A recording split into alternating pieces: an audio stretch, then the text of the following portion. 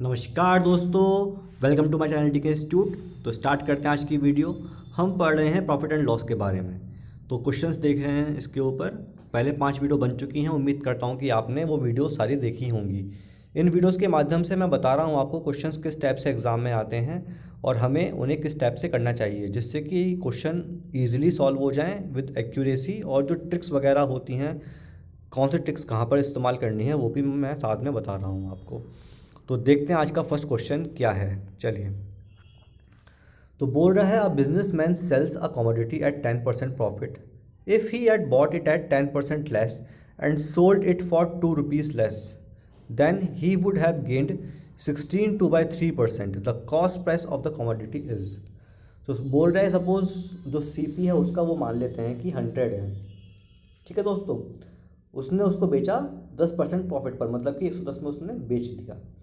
अगर वो 10% लेस में खरीदा, मतलब कि 90 में अगर वो परचेज कर रहा है, और वो 16 का मतलब होता है 1/6 फ्रैक्शन में, ये होता है 1/6 के बराबर। तो 1/6 का उसको गेन होता है, तो उसका 1/6 कितना होगा? 90 का 1/6 होगा कितना? 15। तो मतलब कि 105 में उसने बेच दिया।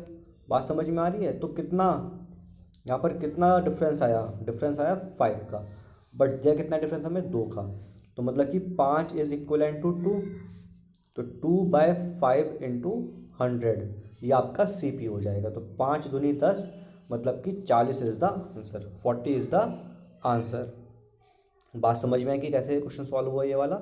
चलिए देखते हैं अगला क्वेश्चन, समझ में और आएगा आपको कि मैंने क्वेश्चन सॉल्व कैसे किया है ये। A bookseller sells a book at a profit of 10% if he had bought it at 4% less and sold it for ₹6 more. He would have gained 18 3/4%. The cost price of the book is। दोस्तों, जब भी question इस type से है, percent percent दे रखे हो, तो जो कॉम्प्लेक्स परसेंट है ना, उसको फ्रैक्शन में ले आना। ये जो है 18 3/4 जो परसेंट है, ये होता है 3/16। मैंने लिख दिया यहाँ पर, ये 3/16 के बराबर होता है। अगर आपको याद है तो वेल एंड गुड है, तो याद नहीं है फटाफट उसको जो है फ्रैक्शन में लेके आओ, तो क्वेश्चन ईजी हो जाएगा। कैसे हो जाएगा वो देख लेते हैं भाई। सपोज सीपी 100 था, 10% का प्रॉफिट हुआ, मतलब कि उसने 110 में बेच दिया होगा बुक को। गुड। उसके बाद क्या हुआ? अगर वो 4% लेस में परचेस करता, मतलब कि 96 में उसने परचेस किया, और उसको गेन कितने का हुआ? अब 18 3/4%, मतलब कि 3/16 का गेन हुआ। तो मैं इसका निकालूंगा 3/16, कितना आएगा? 16 6 96, 6 3 18, मतलब कि 18 रुपये का गेन हुआ। 96 का जो है 3/16 कितना होगा? 18 रुपये होगा, इतना गेन हुआ। तो यही कितना आ जाएगा यहाँ बढ़ के? 114 रुपये आ जाएगा। तो मतलब कि यहाँ डिफरेंस कितने का आया? 4 रुपये का डिफरेंस आया। ये 4 कितना दिया है हमें? 6 के बराबर दिया है। बात समझ में आई? तो 6/4 इंटू 100 इज द आंसर, जो कितना होगा? 150 रुपये हो जाएगा, मतलब कि सी इज द आंसर। बात समझ में आई कैसे हुआ? ये जो 3/16 है, इसका यूज़ कहाँ हुआ कि अगर आप ये परसेंटेज निकालते 96 का, तो बहुत टाइम लग जाता। आपने 3/16 सिंपल जो 16 से कट जाएगा, 96 6 टाइम्स जाएगा, और 6 3 18, तो मतलब 18 रुपये इसमें आप ऐड करोगे, कितना आ गया आपको? 114 आ जाएगा।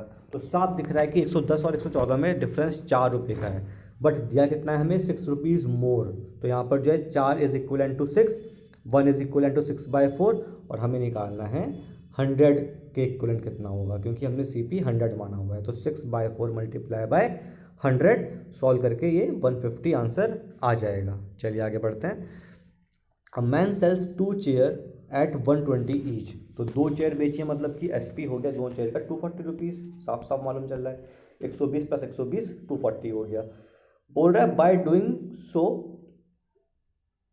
25% on 1 chair and loses 25% on other, मतलब कि एक पर उसको गेन हुआ 25% का, एक पर लॉस हुआ 25% का। तो उसको लॉस कितने का हुआ? तो भाई देख लेते हैं। 120 की चेयर थी, पहले पर उसको क्या हुआ? गेन हुआ, मतलब कि सीपी कितना आएगा? 100/125। दूसरा क्या था? 120 इंटू वहाँ पर लॉस हो गया, मतलब कि 100/75। सॉल्व करते हैं। 25 × 75, 25 × 4 = 100, 3 × 4 = 12, मतलब कि 160 रुपये तो इसका ही बैठ गया सीपी। ठीक है ना? तो 240 में से 60 कितना बचेगा? 80 बचेगा। 240 में से अगर हम 160 करेंगे माइनस, तो 80 तो हमारा बच गया अभी। अब देखते हैं यहाँ पर कितना आएगा सीपी इसको सॉल्व करके। तो 25 × 100, 25 × 25 125 और 5 दूनी 10, 5 चौक 20, 24 चौका 96, 96 आ गया।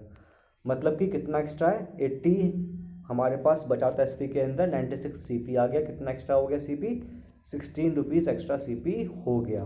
तो 16 is the answer, B is the answer. इस टाइप से करेंगे तोड़ तोड़ के, तो आपका जो कैलकुलेशन है वो कम हो जाएगा और इजीली सॉल्व हो जाएगा। मतलब बहुत सी कैलकुलेशन तो मुंह मतलब जो है माइंड में हो जाएंगी, हमें लिखना नहीं पड़ेगा उसके लिए। तो क्वेश्चन भी सॉल्व जल्दी हो जाएगा और टाइम भी आपका सेव होगा।